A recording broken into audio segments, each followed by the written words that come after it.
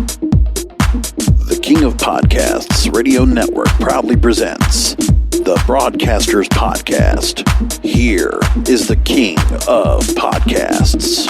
Welcome once again to the Broadcasters Podcast. This is King of Podcasts here with you for another episode, talking more about the Hollywood labor strike, because while there's been a deal right now struck for SAG-AFTRA and the AMPTP to continue discussions right now between now and July 12th, they're trying to get that all squared away, and there is more news about that, and we're going to do something special on the program. So I want to talk about some of the newer information we just got on the strike. We're going to talk about right now, but I went into detail about the whole strike situation at a glance, and I got on with a fellow radio compadre of mine, Lou Pate, who's a journeyman radio broadcaster. He's been around stations around the country. You've heard him in Seattle, in New York, Los Angeles, Phoenix, Miami, you name it, he's been there. And he's done shows all over the place.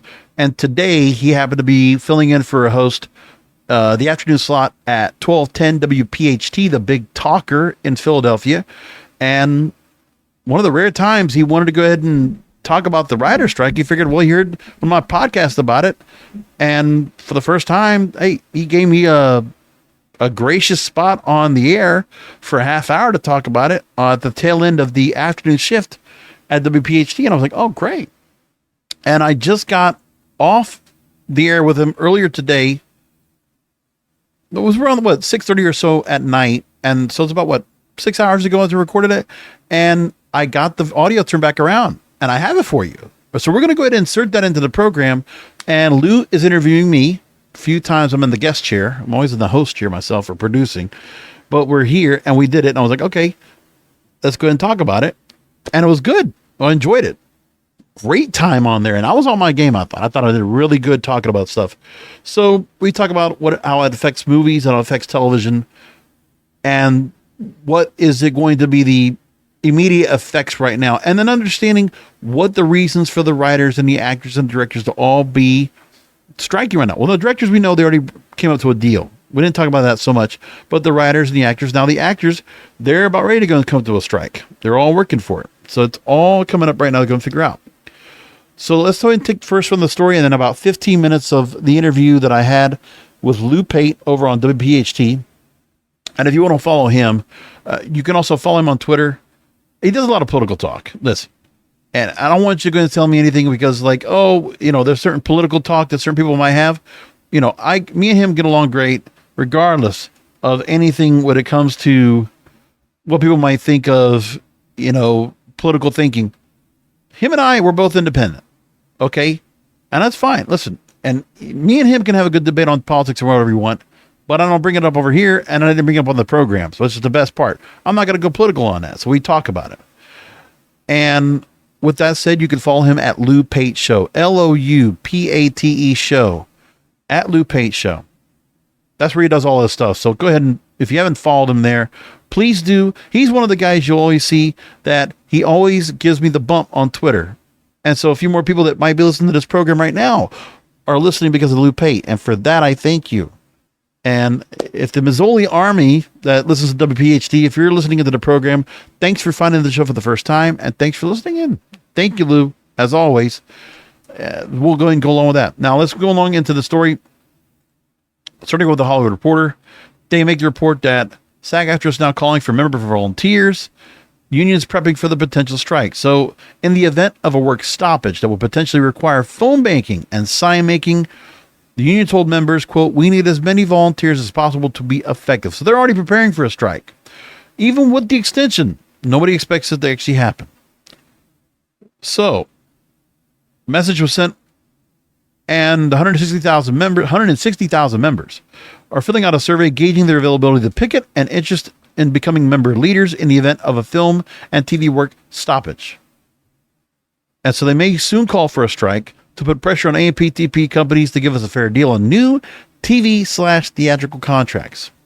Quote, part of a waging of a successful strike is picketing, where members peacefully protest out of struck companies' work locations to draw public attention to our cause, shut down production, and discourage strike breakers. We need as many volunteers as possible to be effective. And if there were members that spoke any other languages, and they will be willing or interested in using that language in strike support activities. And members were asked to flag if they could picket in Los Angeles or New York in the coming days, and asked to rank their preferences for particular picketing locations in LA, which includes Amazon/Culver Studios, CBS Radford, CBS Television City, Disney, Fox, Netflix, Paramount, Sony Universal, and Warner Brothers. These are also some of the current locations that the Writers Guild have been picketing for weeks now. Now 66 days into it, or roughly a little over 9 weeks that we're at right now. Remember, 2007 was 100 days. We already know that award shows are getting suffering right this. We know that the CBS network lineup is being suffering from this.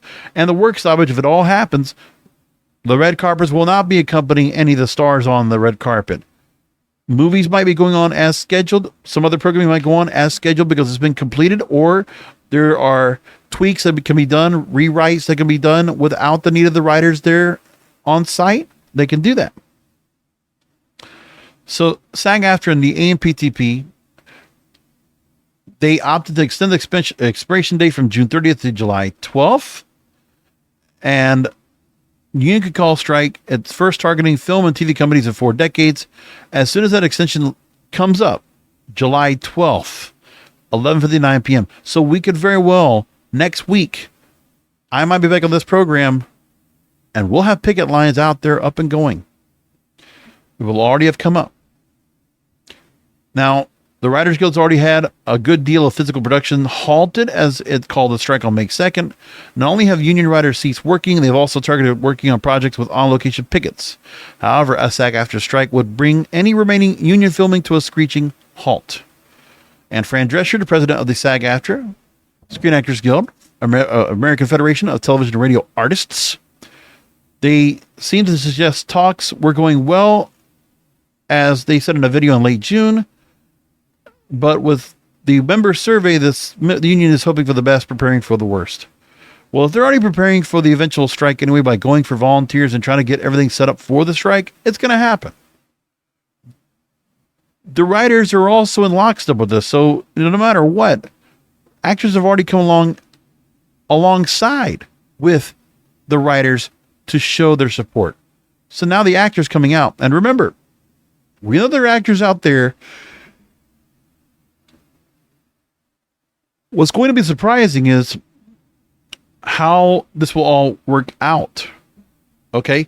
What could very well happen when it comes to the writer's strike? And you're saying to yourself, well, which actors are going to stand on the picket lines? That's the real curious part. Which A-listers are going to put themselves out on the line? And will there be anybody at this point with this level of solidarity that would dare cross the picket lines? I don't think people in America, of my generation, I don't think I've ever seen the kind of striking that was like in the 50s, 60s, 70s, the Teamsters and all these other unions that went on. But this is historical. So we have to find out what's going to happen and see how it's going to work out. So here's what we're going to do. I'm going to go ahead and, I haven't done this in a long time, play a clip. Okay. About 15 minutes here. This is from earlier today. This is yours truly on with Lou Pate, a veteran talk show host. And he is on AM 1210 WPHT, an Odyssey station in Philadelphia, Pennsylvania. And I'm on with him. Enjoy. The King of Podcasts. He's a podcast host of the Broadcasters Podcast, a 30-year radio, TV, and newspaper veteran. He's currently the program director at International Web Marketers, home to WMR.FM and Cannabis Radio Podcast Networks, Pothead Networks, and host of the Broadcasters Podcast, as well as other programs on pro wrestling, dating, society, and culture. I'm exhausted just reading your intro, George. Welcome. Thank you for making time for us. How are you? Well, then, Lou, why is it I never go to conferences, get gun speaking engagements? Like all these podcasting conferences are out there, all these media engagements, I never get called. Nobody gets out to me, but hey, nothing better than the Lou Pate Twitter bump and getting on the big talker. Thanks for having me on, man. Well, I got it. Listen, when your Twitter bumps of late come from Susie Cool and other members of the Zioli Army and her sister, many out there have assisted me on that. But I'm asking for more reinforcements for George Romita at King of Podcasts. You will not be disappointed. But George, you've been doing podcasts longer than most people. Before everybody got into the game, I think maybe the only person who might have done a podcast before you is my friend Lionel, who joined me on Monday. He was like one of the first people into the podcast game. But you were there still had his radio stuff, but I think Adam Carolla might have beat everybody else to it, as a matter of fact. He's the one that actually really he popularized it for everybody. Oh, let me correct that. You mentioned Adam Carolla. Lionel was the first one with talent to do a podcast. And then, yes, but Adam Carolla technically was there before, but he doesn't have any talent. Seems like a nice enough guy, but no talent there whatsoever. He just happens to know the right people. What do you expect? The guy had to replace Howard Stern when they took him off of radio, and then Howard jumped to satellite. What are you going to do? My dog, right? my dog licking himself can replace Howard Stern, and my dog was neutered. May he rest in peace. So listen, but no, to all everybody, this is the Rich Zioli Show, George. As you know, the Zioli Army they could kick the butt of the Kiss Army. Trust me on that one. Yeah, and they are influential in their own right. So I hope they will check you out. But a lot of the stuff you talk about with dating, society, and culture, wrestling. There's got to be some wrestling fans out there. You cover in all of your podcasts. And there might be a few potheads out there in the Zioli Army, too. So you got the Cannabis Radio Network. But one that caught my eye, you just did it a couple of weeks ago, and your most latest one, we'll get to that one in a second, but the Writers Guild of America. Everybody watches TV. Everybody streams shows, Netflix, Hulu.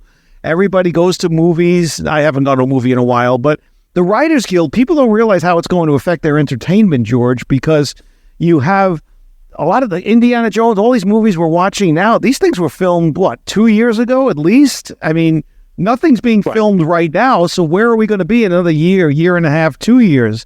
So it's the Writers Guild, but is it also the Directors Guild? So the Writers Guild has been on strike for the last 2 months. Right now, the Screen Actors, which is 160,000 plus, that's all the actors, all the stuntmen, all the people that are talent in front of a camera. Journalists include that. Radio people are part of that too, because AFTRA was part of the previous CNN anyway. So it's all those people that are going to be on camera, that are going to be appearing.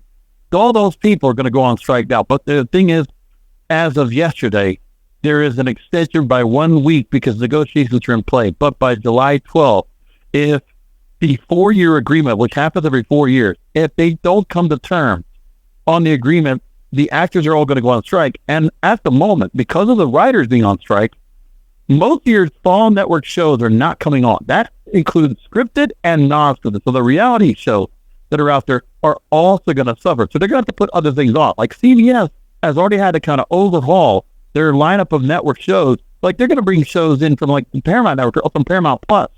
They're streaming that might have been like people away for subscriptions for it. They're going to probably see some of those previewed or seen on those networks because they have nothing else to beat. And that's across the board. So if that happens, we already know that the late night shows, everything with like Fallon and Kimmel and Colbert, they're all off. And Saturday Night Live is off as well. But now more shows are going to go. The award shows are going to suffer as a result of this. So there's some new content that's going to be already done, as long as it is. Even the movies. Like, Barbie has the premiere in a couple of weeks. Say there's like the premieres on the red carpet. The actors and the directors and all the other people will not show up because they're on strike. They have to show solidarity. And the actors and the writers are in lockstep. It's a generational moment right now. 2007 was the last time the writers went on strike for 100 days. And now it's because streaming came in. And they're not getting their cut from the streaming because when Netflix and Amazon Prime and all those started coming into play, they're not making the money like they would off of network or cable. Now we have the part where streaming is the major part of where everything's at. The Netflix of the world, the Disney Plus of the world. They'll tell people how many subscribers their whole platform will have, but they won't tell anyone how many viewers they have. And if they want the advertisers, they want to do ad-supported stuff on streaming, they're going to have to get to a point where they're going to have to give out the numbers. Netflix doesn't want to do it. Any of these others don't want to do it. That's one of the components that the writers and actors want to have transparent. So has anything been being filmed in recent months since this Writers Guild? So did they have enough written down in binders and on computers, places where they can continue to film before the actors got involved? There's a lot that's in the can for movie and TV. So, for movies, you're not going to see any effect in the movies coming out right now. That won't be too much of an issue. For television, you also have some other shows. If they've already gotten it filmed, and only if they have stuff that was already written and needs to be rewritten, then those shows can continue. But for the most part, you're getting a lot of shows that do not want to go on. And, there's some that are upset. Help. Ryan Murphy, who does American Horror Story, he has 3 other shows he does for streaming and for network. He's upset because of what's happening to him. It's like, some people don't want this. But the problem is that you have to go ahead and realize that this has to go ahead and happen. I don't see this going. It has to be done in the next couple of months. You can't go this far into the fall season or into next year and not have this deal done.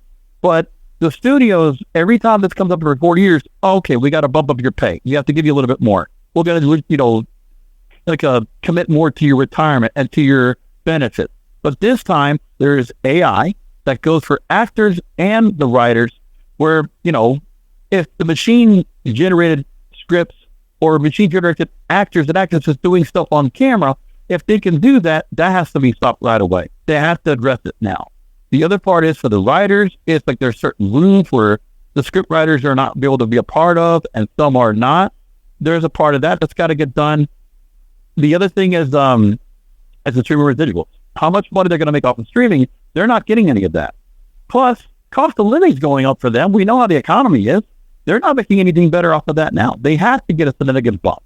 And for any place that needs a union, for the last 5 years I've been covering this, this is Hollywood needs to have, union representation. All these people behind the scenes, this is a necessity. And they're all together on it. How the AFL-CIO came in and helped with that. There's a lot of solidarity that the studios are going to have to give in. They have no choice this time. How long are they going to hold out? Well, I just want to mention that you mentioned AFTRA and SAG. Sometimes it overlaps into radio. And when I was at 710 Cairo, I actually busted the AFTRA union. So the AFTRA people, they don't like me. Actually, they do like me because they offered me a job. They like my organizational skills. After I busted their union in Seattle, they actually offered me a job. But so yeah, don't bring my name up at the Christmas party. But what about George? Are the Christmas blockbusters already in the can? I mean, it's July. We just had July 4th. No one's thinking about Christmas. But will there be the normal Christmas releases? Then Thanksgiving is usually a big week for releases as well. Will we have those this year? Are they in the can? I mean, if I look at the release schedule, no, everything's all in place. All the movies that are still scheduled for this year, they're still coming into place. And when I look just even for coming up, there's Marvel movies, there's another sequel of Dune, another Disney film, and you got Ghostbusters sequels, Aquaman, The Color Purple. All those movies are scheduled to go on as planned. There's no plan for any of that to go away. And hold on, let me clarify. Okay. Plan to be filmed or plan to be released? They're already made. Oh yeah, they're already. They made another Ghostbusters now, really? Yeah, well, most of these movies have already been put together in a couple of years. These are all. And remember, most of these movies got held back because of COVID. Because 2021, you had, and even into last year, there were a lot of movies that did not get pushed. Last year, the movie theaters suffered a lot because of all the movies being pushed the next year because they think, well, we still can't get full capacity theaters as people are not coming back. So they had to wait for the audience to go ahead and feel not just because of comfort, it's because they wanted to be able to have a reason to come back. Really at the start of April, the movies started coming out, Guardians of the Galaxy, Fast X, all these movies, and people started going to the theaters. But the problem was, all those movies just got attached together. They've been putting out movie after movie every week. So the Indiana Joneses of the world has suffered. Elemental, the Disney Pixar movie has suffered. Indiana Jones isn't doing as well as they thought, right? Yeah, but that's the thing too, where you got movies that are intellectual property. We don't need to see another Indiana Jones, regardless of what the reason why this did so bad. But you could have stayed at the Last Crusade. We didn't have to go past that. But hey, everybody's got a cash grab. That's what they're going to do. Everything's a money grab. Talking about the writer's strike, and man, you are a wealth of information on this. You had sent me a list of the demands of the WGA, and it's a long list. Everything from increased minimum compensation down to AI assurances, because these people could be out of a job due to the technology coming with AI. But you mentioned something you said caught my ear. You said this might go on. This has to be settled quickly, but then you used the term months. I mean, it's already been a while. It's going to go on for months more. And the public is not going to react to it until they start feeling it at the box office. So if it's, like you said, through Christmas, everything's all well and good, is anybody really going to care that the writers and the directors and the actors are on strike? Right now, you're not going to really see any significant difference for a while. You'll see there's maybe a light part of content that's coming out for streaming or for TV, for cable later on down the line. But there's enough programming out there to go. But the award shows, you're probably not going to see those. That's probably going to go and suffer if they could use help with writing, George. They could use all the help they need with writing. They could use the help with hosting too. By the way, radio people used to be the best people to host those shows, but they don't have that anymore. No. Listen, I can't tell you the last award show I watched. Can you? Well, the last time Ricky Gervais hosted the Golden Globes, I guess, but that was years ago. Yeah, they don't want him anywhere near them. Billy Crystal used to do a good job with the Oscars, but then the Oscars got all political, and like politics ruins everything. Steve Martin did pretty good. Chris Rock really good. Yeah, they don't. Well, those two did well. I forgot about them. I wasn't slighting them. Don't get ornery on me, King of Podcasts. No, because Billy Crystal is the guy that he's synonymous. You remember it was a pretty epic performance he did. Because he did such a great job. Yeah. But I mean, also he had good. Well, look at all the movies they had out there and all the great actors. At this point, remember we got all these movies. They're either rehashed or retooled. There's not a lot of actors or actresses that are young that are like the vehicles like a Tom Cruise. Like, come on, Tom! I just saw what CBS had a show about the making of the stunt that Tom Cruise is doing for Mission Impossible. He's going off a cliff on a bike, and he did it like six takes on the same day to get the shot right for the Mission Impossible movie coming out next week. Amazing. But no stunt. He does his own stunts. When he was hanging off the plane, the last one, Ghost Protocol, that's him. He's wild. He's nuts. But that's what that Scientology will do to you. Hey, and by the way, I don't know about you, Top Gun Maverick, I already saw a couple times. Fantastic movie last year, and people can't get enough of that. Like, it was $1 billion movie. And I got to give Tom Cruise credit, because he kept that in the can all through COVID and would not release it through streaming. And he insisted it was going to be seen, to his credit, in theaters. And people saw it. And they brought it back last year at Christmas time because they needed other movies to run, and it still made money. Like, it was doing just fine up against Avatar of all movies. Yeah. Now, The Sound of Freedom did well, huh? They did beat Indiana Jones. Oh, was it good? I did see Sound of Freedom. Was it good? It wasn't. Well, they didn't put in in my theaters as a 16-screen theater. They didn't put in the biggest one, but the movie Caviezel's just good. And I can't say I've watched a lot of his stuff. I'm not even past the Christ, but he's great in that movie. And the other actors he had on, listen, you talk about shoestring budget. I didn't feel anything soft. The writing was good. The kids in the movie, your heart goes out to them. I was like, wow, they really put this together. And the story behind it, Tim Ballard, it's something else. Also, at the end of the movie, you hear Caviezel give the message, like, this word needs to get out there, grassroots, pass it on, pay it forward, get other tickets, go ahead and let other people go watch the movie together. I'd recommend it. It was one of the best movies I saw all year. Next to Blackberry, one of the best movies of all year. Yeah, when I was on Monday for Kale and Company, we had Lynn Shaw in, and from linswarriors.org and linswarriors.com, and she's big into that whole, it's her life, the child trafficking thing, and she does an amazing job. But hey, we got to leave it there. But hey, if WPHT will have me back, hopefully he'll come back, and we got to spend more time because there's so much more to talk to. So again, thanks to Lou Pay for letting me be on WPHT AM 1210 in Philadelphia earlier today. So the story on the writer strike, now entering the third month. Deadline reports that there's no scripted TV shows filming on location. So Hollywood is to a halt. And that's according to the Film LA. the city and county film permit office. So Film LA reported that in the previous week, 3 scripted TV series had pulled permits to film on location. Week before it was just 2, while the 2 preceding weeks there weren't any. Permit count for film and TV projects is down 64% compared to last year. And these are the categories into which all scripted projects fall, though not all production within these categories is affected by the labor action. Reality TV actually still appears in these counts in addition to non-union independent films. So as we remember, and a reminder, again, the Writers Guild, their contention right now is significant increases in compensation, which is normally the thing the studios always know, okay, we got to spend some more money. No, they want more. The establishment of viewer-based streaming residuals, not subscriber-based, viewer-based streaming residuals. This will be a game changer. I hope it happens. I really do. And curbs on the use of artificial intelligence to create scripts. And we hope that all happens. Very much so. It's very important to see that come into play. So another story we got to talk about now, which has been very contentious and a lot of people have been talking about. Everybody's been talking about Disney. You know, the issues were Elemental. Took a big hit, only $30 million in its first weekend. We can talk about Ruby Gillman, Teenage Kraken, only getting $6 million in its first weekend. But we also got to talk about Indiana Jones, which I will tell you I watched on Friday. Very disappointed. Because it's not because everybody else thinks. Okay, listen, Phoebe Waller-Bridge did fine.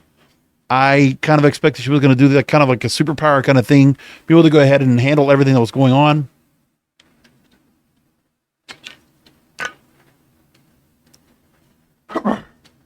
I didn't care about that. I didn't worry about her character not being likable. I really didn't give a shit. But let me tell you this. What I did give an issue was that they did the same shit again. And listen, if you haven't watched Indiana Jones and the Dial of Destiny yet, listen, I'll give a quick spoiler. I hated the ending. Him meeting Archimedes, going back in the time, and the Dial of Destiny getting him there, and they got back. Get the fudge out of here. Come on. I don't believe it. It's the same shit with the UFO and all that shit they did at Crystal Skull. And they bring in Marion back in this role the way they did. I hated it. I hated it. Why do we ever have to make any movies past The Last Crusade? Should have stayed a trilogy. It's like Star Wars. Did we need the other 3 sequels? No. Indiana Jones did not need 2 more sequels. We did not need a scene to see old Indiana Jones. Now, I will say the first 30 minutes or so when he's in 1944 and he's there with Toby and he's in the train and it's the de-aging technology. Yeah, I thought that was great. That first 30 minutes was awesome. You should have done the whole movie like that, like The Freshman. But they didn't. And they made it just like another traditional Indiana Jones movie, like kind of the certain feels to it. They wanted to get no short round, but they got this new kid. And they put him in there and they made him so much smarter. You know, it's like, whatever. Matt Mikkelsen, Le Chiffre from Casino Royale, the first Bond movie with Daniel Craig in it. He was okay. He was fine. No problem there. You know, the FBI agents and the you know, the betrayal, all that crap, whatever. I kind of was just coasting along with the movie, but like I said, what really irked me was the ending. I hated it. What a way to end. If this is the last time we see Indiana Jones like this, oh, kind of makes me feel bad. You know what? Remember when we had The Last Crusade and we had River Phoenix play the young Indiana Jones? Damn it, man. I wish that guy would have been the one playing Indiana Jones. I think everybody else would feel the same way. If we could have had River Phoenix then, it would have been good, you know? But we didn't. It sucks, man. It really does. So here we go. Disney's harsh new reality comes up from Variety and Ant-Man and the Wasp, Quantumania. I did not go watch it. I saw the story. I'm like, okay, the daughter screws up something to create the multiverse. Like, I'm not Quantumania. I'm not watching that. No interest. Ant-Man, fine. I watched 2 of them. Not watching the third. I had no interest. Elemental, not interested. Not interested. And then Indiana Jones, same thing. So Disney's just losing their ass in movies right now. And then they got Haunted Mansion coming up in September, October. And I'm like, is that going to do any good? Oh boy, I don't know. I don't know what was going to happen with that, but we'll find out. Okay. Now remember, the other thing I said there with Lou in the interview with that I did on the WPHT is the fact that, the movies are just getting crammed together. They all had the COVID. They were all done during COVID, post-COVID. And then they just crammed them all into this year. So like people like me that watch movies every week, look, I mentioned I saw Sound of Freedom on July 4th, and I'm going to watch Joyride this weekend and just keep going. And then what? Next week's Mission Impossible Dead Reckoning, Part 1. And then the week after that, I'll be watching Barbie and Oppenheimer same weekend, because that's what I do. Now, we're back to this, and here's the thing. We are looking at some movies that have just been short of expectations, but remember, part of it has to be that everybody wants to go and complain about the movies part, but look, for me, as a subscriber, it works for me because I'm the only person going by myself. 28 movies I've watched this year, and just rocking it. But that's not even for everybody else. Nobody has the time to go and do that. And then to pick and choose which movies to go watch, like maybe once a month you can get somebody to go. And I think that's what's happening more and more. But there's just some other movies they cram in that can be blockbusters on their own, and it doesn't work. And it's not like it was last year where we had one movie consume an entire month. It doesn't need to work that way. We need to have not too little and not too much. Right now, it's too much. What we had before was too little. The common ground is where we need to get back to in 2024. So hopefully they'll figure that out. So now, Disney's got a lot of things that were going on, right? Marvel's losing tens of millions of dollars in its theatrical run. Ant-Man and the Wasp: Quantumania. Little Mermaid, the remake of the 89 classic, fell drastically short of expectations. I'm surprised. But a lot of people in my theater went to go see Little Mermaid. Let me tell you, a lot of families. But I guess it wasn't enough. And Indiana Jones Dial of Destiny. And, we've got about half a crowd in there. Mostly older. Like my age and older. For the most part. I never saw Indiana Jones movie with such like a low turnout. It was like, oof, it felt exhausted. So Guardians of the Galaxy right now has raked in $835 million. It was fine. And it's the first time since 2014 that Disney won't have a movie that reaches $1 billion. And you think about the fact that, wasn't that long ago, Black Panther Wakanda Forever did really well. Doctor Strange and the Multiverse of Madness also did well. Avatar, third highest grossing film in history, also doing well.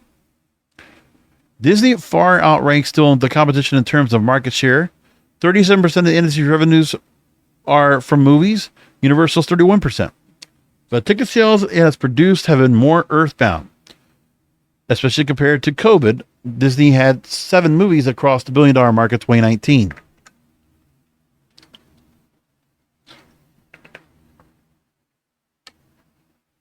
And it's not that Rotten Tomatoes and Cinema Score have not given decent ratings or numbers.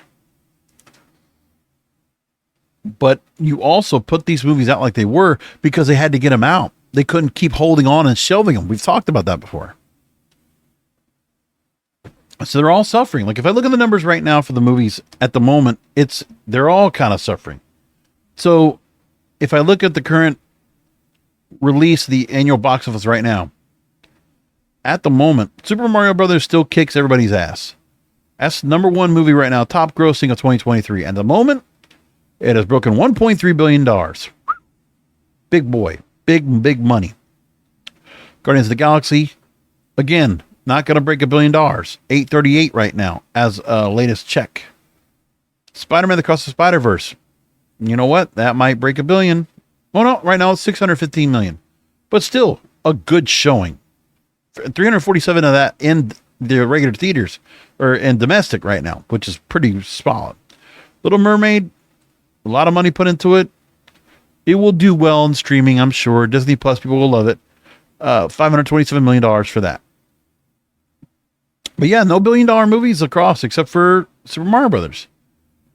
And when I look at what else there is, okay.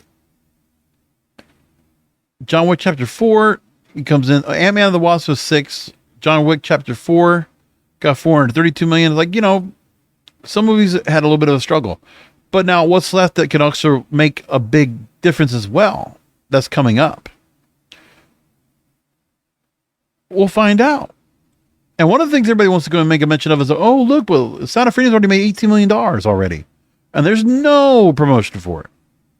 But it is a very compelling movie. I got to tell you that. This weekend, another couple of blockbusters. We got, well, not blockbusters, but some pretty good high-end movies. Insidious: The Red Door is this weekend. So we got a horror movie now after July 4th. And Joyride's coming out as well. And Mission Impossible by itself. No, actually, it is by itself coming out on July 12th. But of course, everybody's going to be watching on July 14th. And then you got Barbie and Oppenheimer back to back on the 21st. That's a big weekend. Two different movies, so that makes sense. We'll see how they do anyways collectively. I don't know which one I'm going to watch first or second. And then you got Haunted Mansion July 28th. And I'm like asking myself, do I want to watch that? Or like, I don't know. Teenage Mutant Ninja Turtles Mutant Mayhem is after that in August. The Meg 2 The Trench is on August. Gran Turismo is in August. The Last Voyage of Demeter is in August. Blue Beetle and Strays are on the same weekend, August 18th. And then The Hill, Retribution, and White Bird all come out wide release August the 25th. And that is pretty much how it looks for the summer. And then, going into Labor Day weekend, The Equalizer 3. So we got that. I don't know, but not sure what they're going to think of all of this. But like I said, there's just something about movies coming out, and they had a lot in the summer that just crammed in, and it's not so much bad now. When you get to September, it kind of goes away a little bit. You're not getting so many movies, like so big movies coming in and taking over.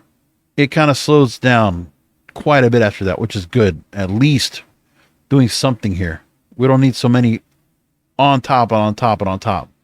And I got to tell you one thing. Of one of the movies that I saw that's coming out next year, if anybody saw the Bob Marley One Love trailer, oh boy, that looks good. That looks really good. That is January 10th, 2024 is the scheduled release, wide release. The start of the year. Really? Wow. I'm going to watch that. That looks great. Kingsley Ben-Adir plays Bob Marley in the movie. But take a look at that. They're putting it in there. It looks really solid.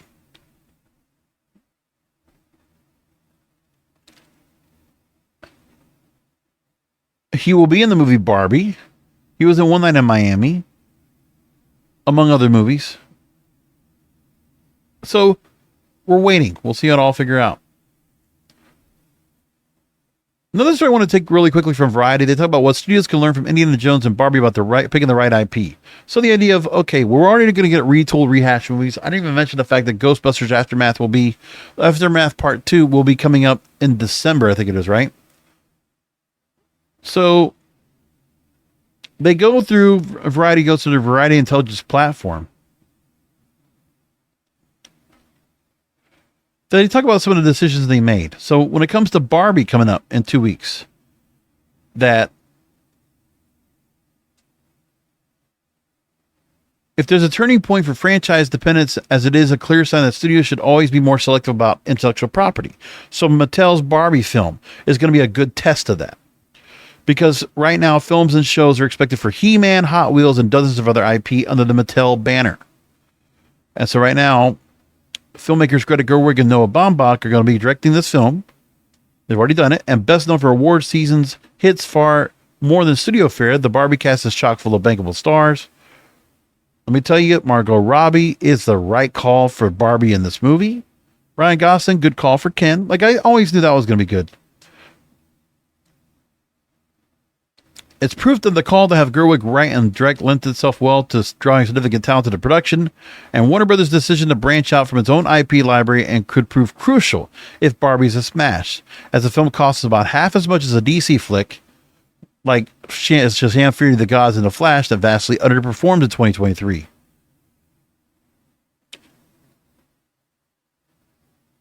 Well, we already know that the decision from Sega to go and run Sonic the Hedgehog and do it twice has worked out for them. The first one banked big, right? And now they're trying to do the same thing.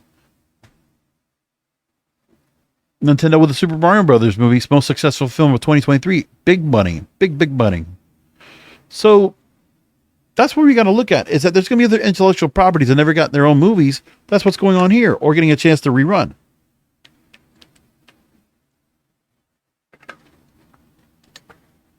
We haven't said much about Dune 2, but I think getting a chance to do Dune again, and Denis Villeneuve is going to do a good job of that. Look, I'll tell you what, I really feel like Barbie and Oppenheimer are going to be big money in 2 weeks. I really feel that. I think Oppenheimer is going to do really well. I don't know if it's going to break 100 million. I don't know if Barbie's going to break 100 million. I think they both get the 40, 60, 80 million, I think. And let me tell you, Barbie's doing a good thing right now with the soundtrack. I do like the songs coming off of there. Yeah, you already got songs that are kind of coming out already. So Barbie World just came out with Ice Spice and Nicki Minaj, Pink Panther's Angel, and Dua Lipa's, Dance the Night. Those are all good, fun, poppy songs, good for the soundtrack. And there's other songs in there as well, which is cool. Even one song I heard that's a hidden track on the Barbie album that nobody knows about yet. Cool. So I'm watching those two movies. I feel good about it. I'm excited about it. Let's see how it works out. And moving along, we got to talk about this. If you haven't jumped on the bandwagon yet, Instagram has come out with Threads, the answer to Twitter, a new conversation app, text-based conversation app. I will say it's pretty genius to go and use the existing Instagram accounts to build immediate followers. I do like that part.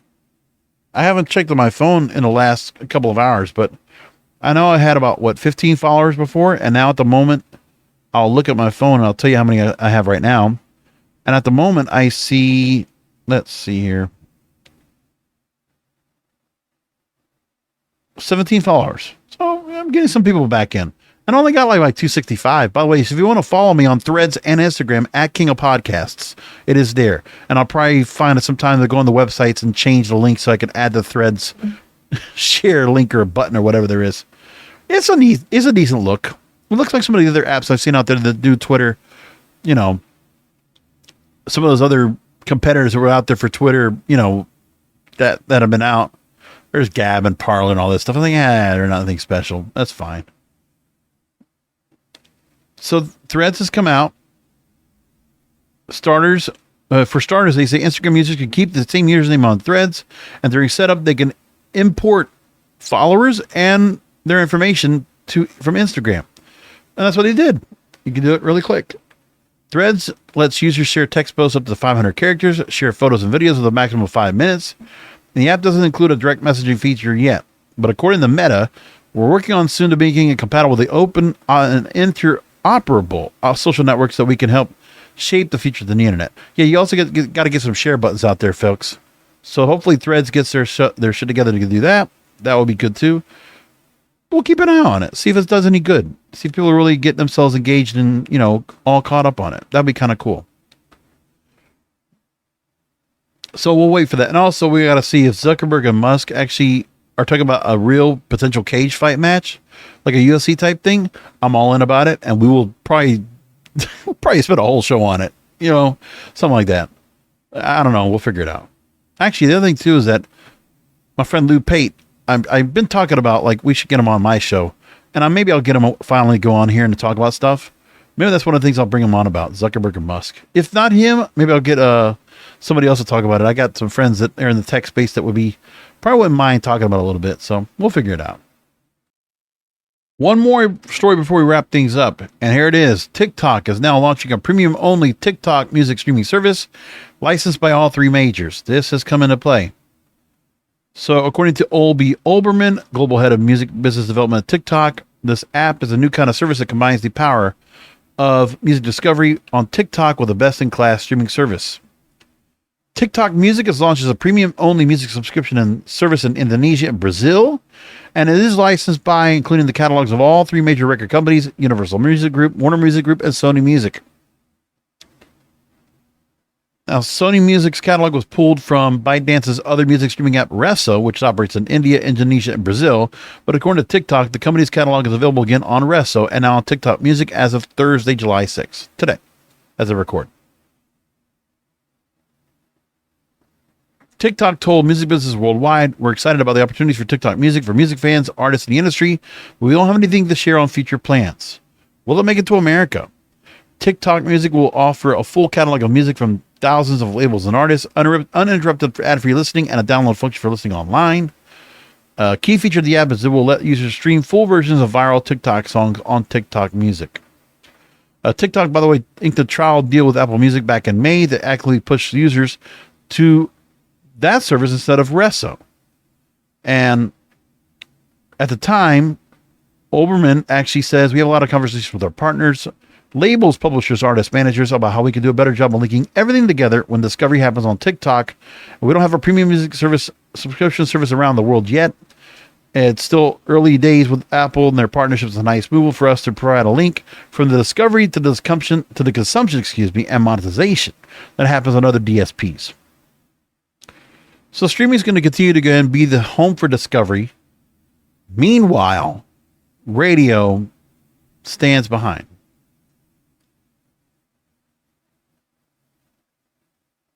And by the way, if you realize what's going on here, I look at the Billboard charts and I see, if you look across the board, the amount of spins of certain records that are out there are significantly dropping. Do you realize that? So radio airplay for many songs, if you look at the Billboard charts and you look at what's happening, a lot of songs that would be probably charting higher because of the algorithm of the Billboard Hot 100, it's changing right now because a lot of stations, they're only playing maybe the top 5, 10 songs in heavy rotation. But because a lot of these stations we talked about in CHR, Contemporary Hit Radio, they're not playing throwbacks. So there's a lot of songs that are not going to get the kind of airplay to make money on royalties. Number one, we never talk about that part, that the royalties are going to make her less, because now I realize that radio does make more money. Like, what was it? Ryan Tedder of One Republic, right? He talks about they make a lot of money on royalties still because of how many times songs will play. I didn't know they still made that much money on royalties. But the throwbacks are causing certain new music to not get the royalties they did. And since they're not making it up on streaming, something's wrong there. So you look right now, it's a big difference in the plays across the board. So Taylor Swift right now is number one in all of radio, hit radio, with Karma. A little under 9,000 spins. Rima Selena Gomez has calmed down, a little under 9,000. Same thing for Miguel Sure Thing, but then there's a drop after that. Number 4 is Miley Cyrus and Flowers, and that's under 8,000. Then under 7,000 for Morgan Wallen's Last Night, which is the number one song for 13 weeks on the Billboard Hot 100 as of right now. But I predict that next week, when I come on this program, Olivia Rodrigo and Vampire, I guarantee you, will be number 1 on the UK chart. It already hit on the midweek. I'll listen to Jack Saunders tomorrow on the official chart countdown. And I guarantee you, Olivia Rodrigo beats Sprinter by Dave and Central C. Sprinter will drop in favor of Olivia Rodrigo's Vampire, and Vampire will take the number 1 spot on the Hot 100 next week. I guarantee that. Pretty solid bet on that. I'd put money on it. So then the continued drop. Okay, Metro Boomin, creeping, featuring The Weeknd and 21 Savage, that drops down to under 7,000. Then under 6,000 for Dies Closed at number 8. Or should be number 7, excuse me. SZA Kill Bill, right around 5,000. Dance the Night, Dua Lipa, around 5,000. And then 50/50 Cupid is under 5,000. And that used to be a lot more. Things are changing. Just telling you. And there you go. That's everything that's going on right now. That is the point. And we'll see how it all works out next week on the program. Thanks for listening in. Fun of the shows you always do. Thanks to Lou Pate for letting me be on his program today, and hopefully more appearances with him on other stations or wherever it is. And I'll love all that. That'll be wonderful. So come back next week for another Broadcasters Podcast. Remember that content is king, and the control of your content, that goes for the actors and the writers, is in your hands.